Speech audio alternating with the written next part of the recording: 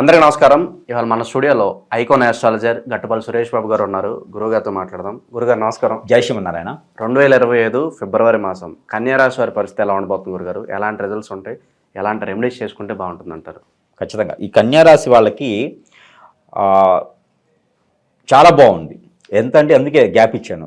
అంటే వాళ్ళు సస్పెన్స్లో ఉంటారు కదా అని చెప్పి చాలా బాగుంది, అదృష్టం అని చెప్పొచ్చు. వీళ్ళకి ఏదో నిధి నిక్షేపాలు, పూర్వీకుల నుంచి వచ్చినటువంటి ఆస్తులు కలిసి వచ్చాయనుకోవచ్చు. కాకపోతే వీళ్ళకి పూర్వీకుల నుంచి వచ్చి ఆస్తు రాదు. కన్యారాశి వాళ్ళకి పూర్వీకుల నుంచి వచ్చి ఏదైనా వచ్చింది, కానీ అవి బాధలు, కష్టాలు, కన్నీళ్లు, లేకపోతే బాధ్యతలు, అప్పులు ఇవే ఉంటాయి పూర్వీకుల నుంచి. ఆస్తులు అయితే ఇచ్చినట్టు కన్యారాశి వాళ్ళకి నేను చూడలేదు ఇంతవరకు, రావు కూడా అవి వచ్చినట్టే ఉంటాయి. అయితే కన్యారాశి వాళ్ళ గ్రహస్థితి ఈ మాసంలో బాగుంది. కన్యారాశి వాళ్ళకి కుజుడు ఉన్నాడు. కుజుడు వచ్చేసి మనకి మే నెల వరకు ఉంటాడు. అలానే మనకి కుంభరాశిలోనే మనకి శని భగవానుడు ఉన్నాడు. అలానే మనకి ధనుర్మాసం నుంచి మకర రాశిలోకి రవి భగవానుడు ఉన్నాడు. రవి భగవానుడు 16వ తారీఖు నుంచి 14వ తారీఖు నుంచి మారుతాడు. 14వ తారీఖు ఫిబ్రవరి నుంచి మారుతాడు. కాబట్టి ఎవరైతే ఈ కన్యారాశి వాళ్ళు ఉన్నారో ఈ కన్యారాశి వాళ్ళకి ఫిబ్రవరి 16వ తారీఖు నుంచి ఒక రకమైన అదృష్టం అని చెప్పొచ్చు. ఇప్పటివరకు మనము వీళ్ళకి అదృష్టం ఎప్పుడు స్టార్ట్ అయిందంటే ఆగస్టులో స్టార్ట్ అయింది. 2024 ఆగస్టులో స్టార్ట్ అయినటువంటి అదృష్టం మెట్టుమెట్టుగా వస్తూ ఉంది. కొంతమందిలో రాకపోవచ్చు, అది వాళ్ళ గ్రహస్థితో, వాళ్ళ ఒక కర్మలో, వాళ్ళ ఒక పాపాలో, వాళ్ళ ఒక పూర్వీకుల శాపాలో, అలా వాళ్ళ దశలు అంతర్దశలు ఏమైనా ఉంటే అట్లా ఉండొచ్చు. అందరికీ వస్తాయి అని కాదు. కన్యారాశి వాళ్ళకి మామూలుగా జెన్యూన్గా అన్ని రకాల వాళ్ళకి బాగుంది అంటే వాళ్ళకి ఎలాంటి ఇప్పుండిజాలు, బ్లాక్ మ్యాజిక్స్, అలాంటి చేతబడులు, ఇలాంటి గొడవలు లేని వాళ్ళకైతే బాగానే ఉంది. కోర్టు వ్యవహారాలు ఆల్రెడీ నలిగిపోయిన వాళ్ళకి, మురుమతుల్లో ఉన్న వాళ్ళకి, జైల్లో ఉన్న వాళ్ళకి మనం ఏం చేయలేం. వాళ్ళ గ్రహస్థితిని బట్టి చూపించుకోవాల్సి వస్తుంది. అది సమీప దూరంలో ఉన్న గురుగారి దగ్గర చూపించుకుంటే, వాళ్ళ దగ్గర పరిహారాలు తీసుకుంటే వాళ్ళకు కూడా వర్తిస్తుంది. యోగాలు వరిస్తున్నాయి గురుగారు. వీళ్ళకి మృత్యుంజయ యోగం అని ఉంది. మృత్యుంజయ యోగం అదే మనం అనుకుంటుంది. ఇది మనకి వీళ్ళకి ఎప్పటి నుంచి వస్తుంది అంటే ఇది 21 రోజు ఉంటుంది. ఈ మృత్యుంజయ యోగం అనేది 21 రోజు ఉంటుంది. ఈ 21 రోజు ఎప్పటి నుంచి 14వ తారీఖు నుంచి మొదలవుతుంది. ఏదైతే మనకి 14వ తారీఖు ఉందో ఫిబ్రవరి 14వ తారీఖు నుంచి ఈ యోగం మొదలవుతుంది. అంటే ఫిబ్రవరి 14 నుంచి మొదలవుతుంది కాబట్టి ఈ మార్చి మొదటి వారం వరకు కూడా ఈ యోగం అనేది వర్తిస్తుంది. యోగం కూడా వీళ్ళకి ఎంతవరకు వర్తిస్తుంది అంటే ఏదైనా శత్రు భయం కానీ, శత్రుపీడ, శత్రు ఏది ఉంటుంది కదా, వీటి మీద ఏదైనా వీళ్ళు ఉంటారు, గేమ్స్ ఆడుతుంటారు. గేమ్స్ అంటే బెట్టింగ్లు కాయటం కాదు, పేకాట్లు ఆడటం కాదు, కోడి పందాలు, పేకాట్లు ఇవి గేమ్స్ కాదు. గేమ్స్ అంటే వరల్డ్ వైడ్గా ఆడేటువంటి ఫుట్బాల్, వాలీబాల్, క్రికెట్ ఛాంపియన్షిప్స్ అంటారు అంతే తెలుగులో, ఇంగ్లీష్లో అయితే. ఇలాంటివి ఏదైనా ఉంటే చెస్ అంటే ప్రభుత్వాలకి, గవర్నమెంట్కి, ఇంకొకళ్ళు కూడా దాన్ని ఇంప్రెస్ తీసుకునే దానికి ఉపయోగించేటువంటి గేమ్స్ ఏవైతే ఉన్నాయో అలాంటి గేమ్స్లు ఏవైనా ఉంటే రాణిస్తారు. పోటీ పరీక్షలు ఏమైనా ఉంటే రాణిస్తారు. ఇది మృత్యుంజయ కాబట్టి లారీకి ఎదురుగానో, ట్రైన్కి ఎదురుగానో నిలబడితే నేను బతుకుతానని కాదు. అలాంటి పరిస్థితులు, ఆరోగ్య సమస్యలు ఏమైనా ఉంటే కూడా వాటి నుంచి బయటపడేటువంటి అదృష్టం, అవకాశం ఉన్నది. అది మృత్యుంజయ యోగం. ఆ మృత్యుంజయ యోగం అంటే హనుమాన్ దగ్గర నుంచి వస్తుంది. మృత్యుంజయ అంటే శివుడు భగవానుడు. వీళ్ళిద్దరి కలిసి ఉండేది హనుమానం. శివపార్వతులు కలిసిందే హనుమాను. అందుకని హనుమాన్ యొక్క మృత్యుంజయ, అలానే శివపార్వతుల యొక్క మృత్యుంజయ, కుమారస్వామి, అయ్యప్ప స్వామి వీళ్ళందరూ కూడా మృత్యుంజయులు అదైతే ఉన్నారో వీళ్ళకు కూడా ఈ కన్యారాశి వాళ్ళకు మృత్యుంజయ యోగం అని ఉందన్నమాట. అయితే ఈ మాసంలో ఈ వీళ్ళకి ఆ మృత్యుంజయ జపం కానీ, మృత్యుంజయ హోమం కానీ చేయించుకుంటే ఇంకా మంచి జరుగుతుంది. ఎవరైనా ఆర్థిక స్థితిగతుల్లో ఉన్న వాళ్ళు, ఎవరైనా డబ్బు ప్రకారంగా కానీ, రాజకీయ రంగాల్లో వెళ్ళాలని కానీ, ఏదైనా మంచి స్థాయికి వెళ్ళాలనుకున్న వాళ్ళు, విదేశాలకు వెళ్ళాలనుకున్న వాళ్ళు ఎవరైనా ఉంటే, ఆరోగ్యం బాగా క్షీణించిన వాళ్ళు కూడా ఈ మృత్యుంజయ హోమం గనక ఈ ఫిబ్రవరి మాసంలో గనక వీళ్ళు నిర్వర్తించినట్టయితే అప్పు తెచ్చి కాదు, దక్షిణామూర్తికి దర్శనం చేసుకున్నా, దక్షిణామూర్తికి అభిషేకం చేసుకున్నా కూడా అదే పుణ్యం వస్తుంది. అవి కూడా దొరకనప్పుడు నవగ్రహాల్లో గురుగ్రహానికి, బుధగ్రహానికి, శని భగవానుడికి అభిషేకం చేసుకుంటే అదే ప్రతిఫలం ఉంటుంది. వాళ్ళ స్థాయిని బట్టి ఆ మృత్యుంజయ జపం, మృత్యుంజయ హోమం చేయించుకుంటే మరీ మంచి జరుగుతుంది. ఎక్కడో ఉండిల్లో పోయి కోట్ల రూపాయలు దానం చేసే కన్నా ఇలాంటి హోమాలు జపాలు చేయించుకోవడం ద్వారా బ్రాహ్మణోత్తముడు బాగుపడతాడు, అలానే కొంతమంది బాగుపడతారు. అలానే ఈ హోమం చేయించుకోవడం వల్ల చేయించుకున్నటువంటి కన్యారాశి వాళ్ళకు కూడా మంచి జరుగుతుంది. అది అవకాశం ఉంటే చేయించుకోవాలి. అప్పులు తీసుకొచ్చి ఎలాంటి హోమాలు, జపాలు, తపాలు, యాగాలు, యజ్ఞాలు పూజలు, ప్రసాదం, నైవేద్యం కూడా అప్పు తీసుకొచ్చి చెయ్యకూడదు. ఇది అన్ని రాసుల వారికి వర్తిస్తుంది. అప్పు చేయొద్దు, అప్పు ఇవ్వద్దు. ఇది మాత్రం 2025 సంవత్సరంలో ప్రతి రాశి వారు కూడా గుర్తుపెట్టుకోవాల్సింది ఏంటంటే అప్పు చేయొద్దు, అప్పు ఇవ్వద్దు. వీటి ద్వారా ఖచ్చితంగా శత్రు భయ ఉంటుంది. అప్పు ఇచ్చిన వాడికి ఆ ప్రతిఫలం ఉంటుంది, తీసుకున్న వాడికి ఉండదు. అప్పు తీసుకున్నామా ఐపీఎల్ పెట్టుకోవాల్సిందే. ఏ రాశి వాళ్ళైనా సరే అప్పు తీసుకోవడం ద్వారా శత్రు భయం పెరుగుతుంది. ఇంకోళ్ళ దగ్గర ఖచ్చితంగా లొంగాల్సి వస్తుంది. ఆ అప్పు తీర్చలేని పరిస్థితి వస్తుంది. అప్పు వల్ల అన్ని గ్రహాల దోషాల కన్నా అప్పు దోషం, రుణ దోషం చాలా పెద్ద దోషం. ఆ దోషానికి మించింది ఏ దోషం లేదు. నరదిష్టి, నరఘోష ఎలా అయితే ఉన్నాయో అప్పు తీసుకోవడం కూడా అంతే దోషం ఉంది.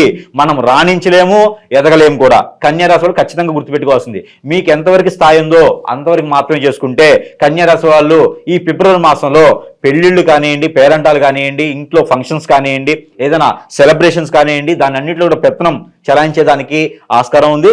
అందులో బాధ్యత పూరితంగా చేసుకునేటువంటి అవకాశాలు ఉన్నాయి. ఏదైనా ఇంట్లో శుభకార్యాలు అయ్యేటువంటి దాంట్లో పాల్గొని చురుగ్గా పాల్గొనేటువంటి అవకాశం కూడా బాగా కనిపిస్తుంది. కాబట్టి దాని తగ్గట్టుగా ఉండాలి. అందరికి ఆదర్శంగా ఉంటారు కన్యారాశి వాళ్ళు. కాబట్టి ఆ ఆదర్శానికి మూలంగా ఉండాలి. ఈ కన్యారాశి వాళ్ళకి మరీ అదృష్టం కలిసి వచ్చేలా ఉంది. కాబట్టి ఈ యొక్క మాసంలో పూర్వీకుల ఆస్తులు కానివ్వండి, పూర్వీకుల ఏదైతే సంపాదించి పెట్టినటువంటి ఆస్తులు కూడా వచ్చేటానికి అవకాశం ఉంది. కాబట్టి మనం అనుకున్న మొదట్లో ఆస్తులు ఏవి వచ్చినట్టు నేను చూడలే కన్యారాశి వాళ్ళు కానీ ఈ మాసాలు కనిపిస్తున్నాయి. కానీ అందుకోసమే నిధి నిక్షేపాలు కానీ ఉంటే వాటి ద్వారా మీరు ఏదైనా ముందుగా పెట్టుబడి పెట్టాలని ఎవరైనా చెప్పినట్టయితే కనుక వాటికి పెట్టొద్దు.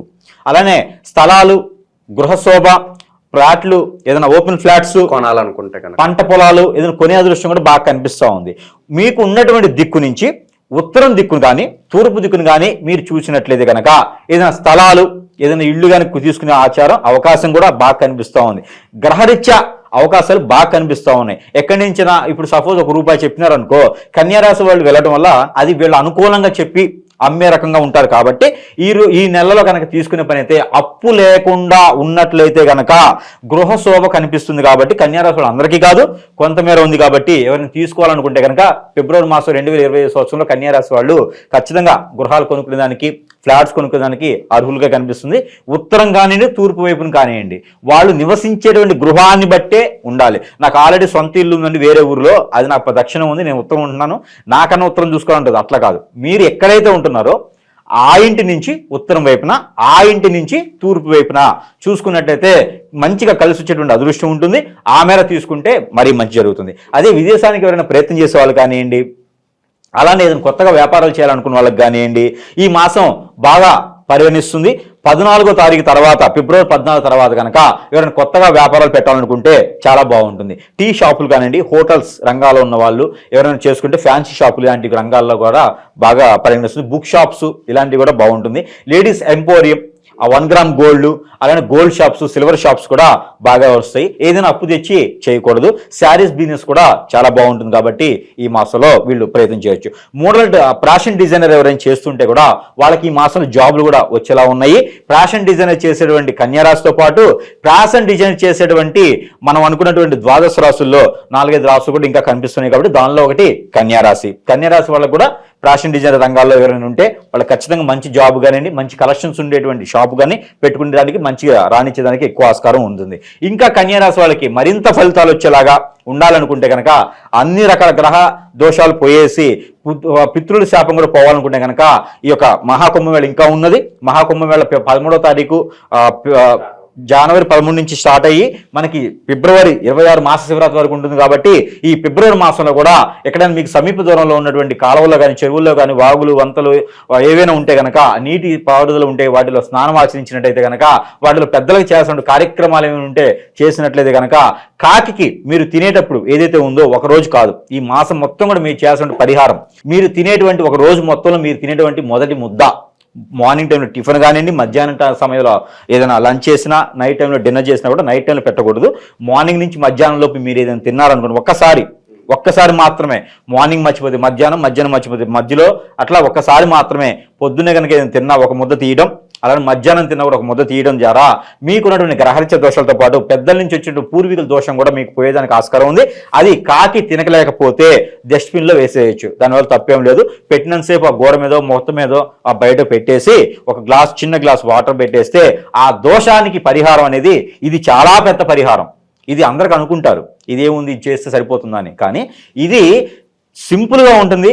కన్యారాశి వాళ్ళకి అదృష్టాన్ని వరించేటువంటి పరిహారం అనమాట ఇది. అందులో మృత్యుంజయ యోగం ఉంది. ఈ మృత్యుంజయ యోగానికి కూడా కాకికి ఆహారం పెట్టాలి, పక్షులకు ఆహారం వేస్తే ఈ మృత్యుంజయ యోగం కూడా బాగా పరిగణిస్తుంది. అలానే పావురాలకి వీళ్ళు ప్రతి రోజున వేయచ్చు, లేదా ప్రతి బుధవారం రోజున పావురాలకి వీళ్ళకి సజ్జలు వేసినట్లయితే, కన్యారాశి వాళ్ళు పావురాలకు సజ్జలు వేసినట్టయితే కనుక ఒక గుప్పెడు చాలు, గుప్పెడు సజ్జలు తీసుకొని పావురాలకి వేసినట్టయితే, పావురాలు లేకపోతే కోళ్ళు, ఆ రెండు దొరకకపోతే వీళ్ళు దిష్టి తీసుకొని నీళ్ళలో పడేయటమే. ఇంకా రెండు లేకపోతే ఏం చేయలేం కదా. వీళ్ళకి వేసినట్టయితే కనుక వీళ్ళకి ఎప్పటి నుంచో బాధిస్తున్న ఆర్థిక స్థితిగతులు కూడా తొలగిపోయేసి నరదిష్టి, నరఘోష, ఆర్థిక స్థితిగతి, కుజదోషం, రాహుదోషం, శుక్రదోషం, కలత్రదోషం, కాలసర్పదోషం ఇవన్నీ కూడా కొంతమేర వెసులుబాటు వచ్చేదానికి ఆస్కారం ఎక్కువగా ఉంది.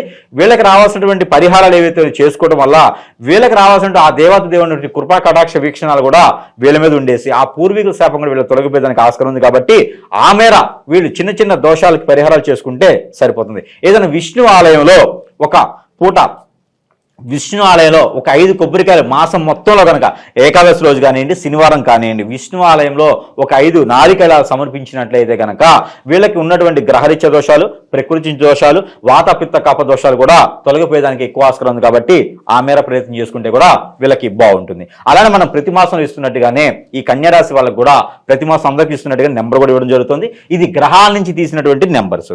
ఏదైతే గ్రహం తక్కువ దోషంలో ఉందో ఆ ఒక చెడు దృష్టి పోయేసి శుభ దృష్టి ఉండేందుకు ఈ నెంబర్ ఇవ్వడం అనేది జరుగుతుంది. ఈ నెంబర్ ప్రతిరోజు పఠించినట్టయితే మంచి జరిగేదానికి ఎక్కువ ఆస్కారం కనిపిస్తూ ఉంది. దానికి సంబంధించిన నెంబర్ ఏంటంటే 9653 181.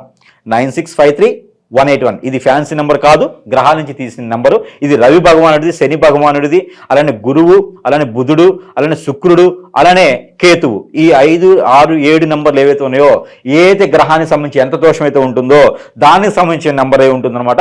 ఈ 9 కావచ్చు, 6 కావచ్చు, 5, 3 కావచ్చు, ఈ నెంబర్లన్నీ కూడా మీరు ప్రతిరోజు కనుక పఠించినట్లయితే మంచి అదృష్టం కలిసి వచ్చేదానికి కూడా ఆస్కారం ఎక్కువ కనిపిస్తూ ఉంది. ఇది 109 టైమ్స్ ప్రతిరోజు మీరు పారాయణ రూపంలో చేసుకున్నా మంచి జరుగుతుంది. చేతిలో జీడిపప్పు కానీ, అలానే బాదం పప్పు, అలానే అంజీరు, ఈ 3 కూడా పెట్టుకుంటే పర్వాలేదు. కిస్మిస్ కూడా తీసుకోవచ్చు. ఈ 4లో ఏదైనా ఒక్కటైనా సరే, ఏదో 4 అయినా సరే చేతిలో పెట్టుకొని ఈ నెంబర్ని 109 టైమ్స్ చదువుకొని అవి మనం తినడం ద్వారా మనలో ఉన్నటువంటి వాతపిత్త కపంతో పాటు మనలో ఉన్నటువంటి రుమ్మతులు ఏవైతే ఉన్నాయో అవి కూడా తొలగిపోయేదానికి, నరఘోష కూడా తొలగిపోయేదానికి ఎక్కువ ఆస్కారం ఉంది. కాబట్టి ఈ మేర ప్రయత్నం చేసుకోవచ్చు. వాటర్ గ్లాస్ పెట్టుకుంటే ఆ వాటర్ని మొహం కడుక్కున్నా, ఆ వాటర్ స్నానం చేసే వాటర్లో కలుపుకున్నా కూడా మనలో ఉన్నటువంటి చెడు దోషాలు అన్నీ కూడా పోయేదానికి బాగుంటుంది. కాబట్టి ఈ మేర ఈ ఫిబ్రవరి మాసం మొత్తం 2020 సంవత్సరంలో కన్యారాశి వాళ్ళు బాగా రాణిస్తారని నేను కోరుకుంటా ఉన్నాను. జై శ్రీమన్నారాయణ.